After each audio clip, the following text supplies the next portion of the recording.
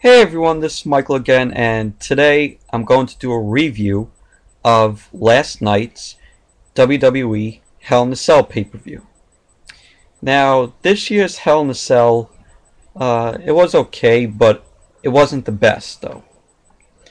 And as you know, I'm going to tell you the matches that were fought and give my reviews on them.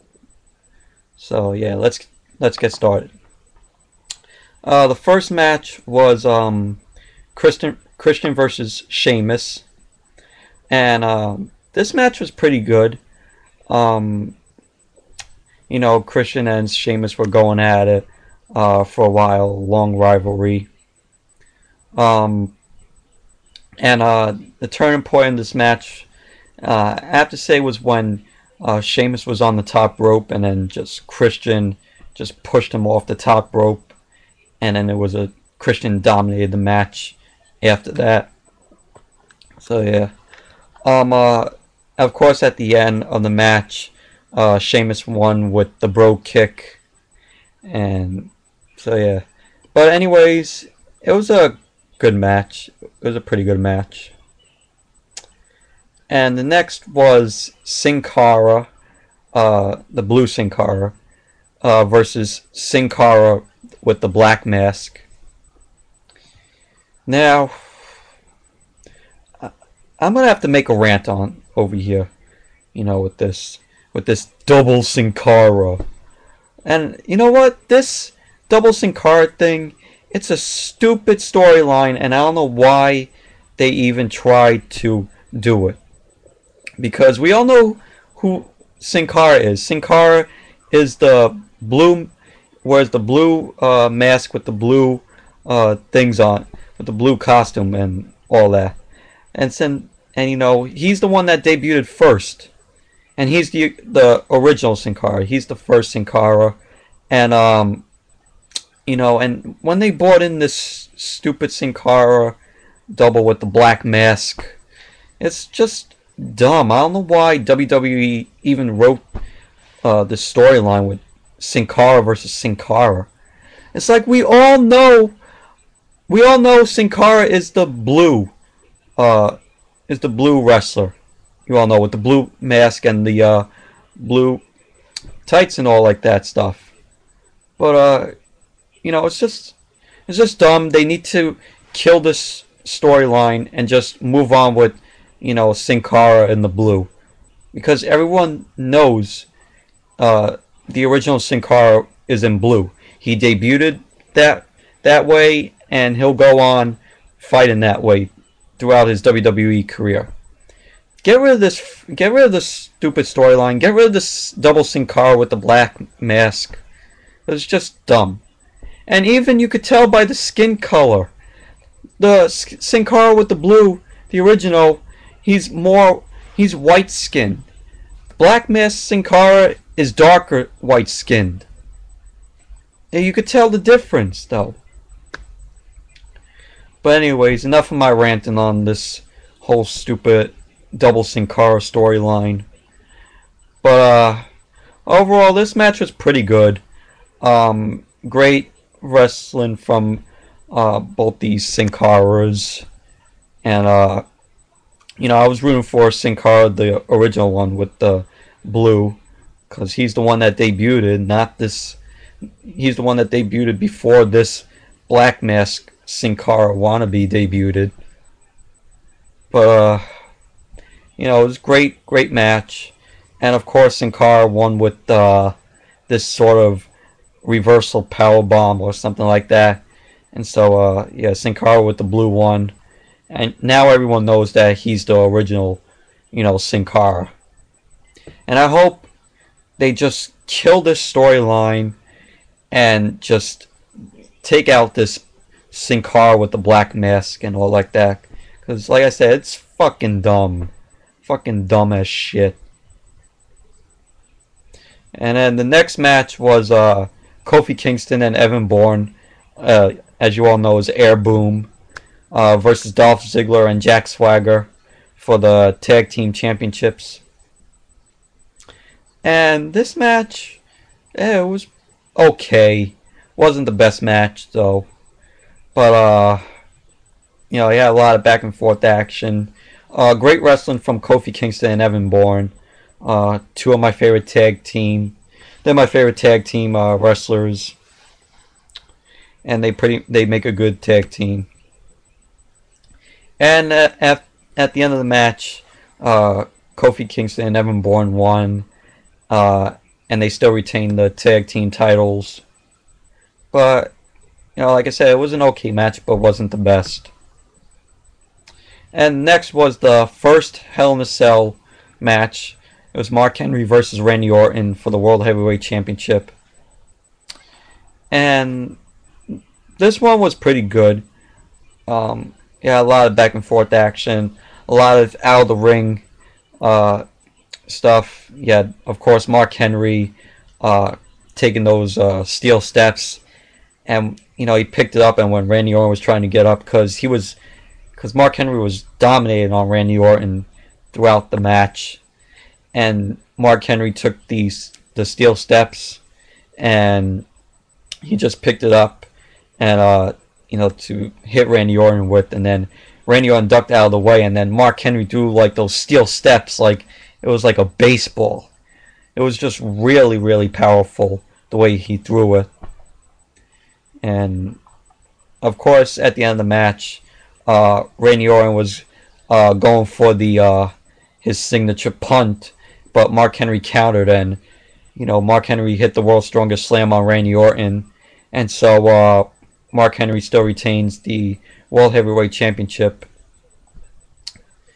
But it was a pretty good match, though. Next was Cody Rhodes versus John Morrison for the Intercontinental Championship.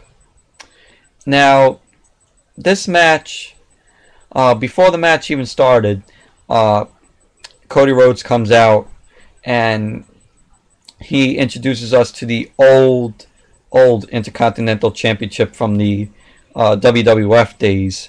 So they brought back that Intercontinental title, and they retired the new one that they used throughout the WWE days, because the WWF Intercontinental title was white, and it had the same Intercontinental title logo. That was from the WWF days. But John Laurinaitis comes out and he's like, Cody Rhodes, you're gonna face this challenge from John Morrison. You're gonna put the Intercontinental Championship on the line against this man. That's what John Laurinaitis sounds like. I know that was a really bad impression of John Laurinaitis there. But then it was Cody Rhodes versus John Morrison, and Cody Rhodes wasn't even prepared for this match. He was all in his clothes and shoes and all like that. He didn't have his wrestling gear or nothing. So then after the match, Cody Rhodes wins and he still retains the Intercontinental title. And that Intercontinental title, the old one that they brought back, that was worn by Stone Cold Steve Austin, Bret Hart, who else? Jimmy Superfly Snuka. I think it was, though. Yeah. But a lot of the greats wore that Intercontinental belt. So yeah. But overall, it was an okay match, though. And the next was Beth Phoenix versus Kelly Kelly for the Divas Championship. This match was just your normally typical Divas match. Had a lot of back and forth action.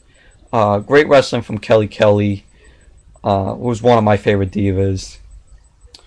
And so, at the end of the match, Beth Phoenix put Kelly Kelly in this submission move, and then Natalya was talking to Kelly Kelly, and Kelly Kelly got to the ropes to break that submission move, and then Natalya just hit Kelly Kelly with that microphone, and then Beth Phoenix hit her signature move to pick up the win, and you know, Beth Phoenix is now the new Divas champion.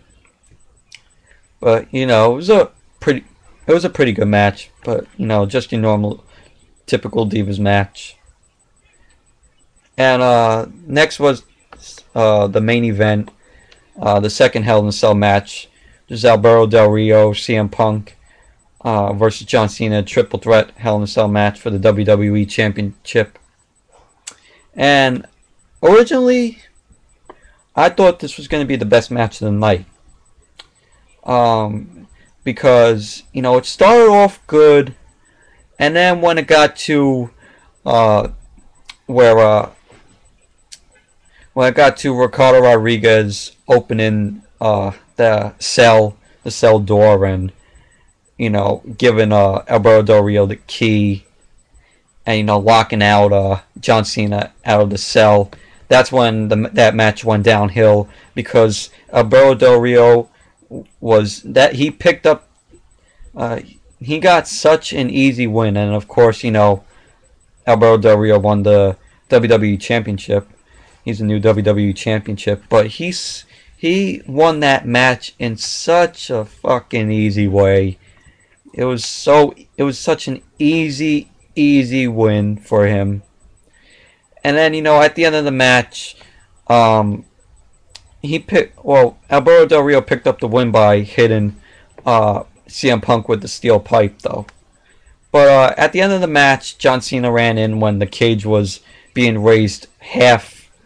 And then, you know, you see The Miz and R-Truth come in, and they're dressed in hoodies. I guess they were hiding under the ring for the whole time that match was going.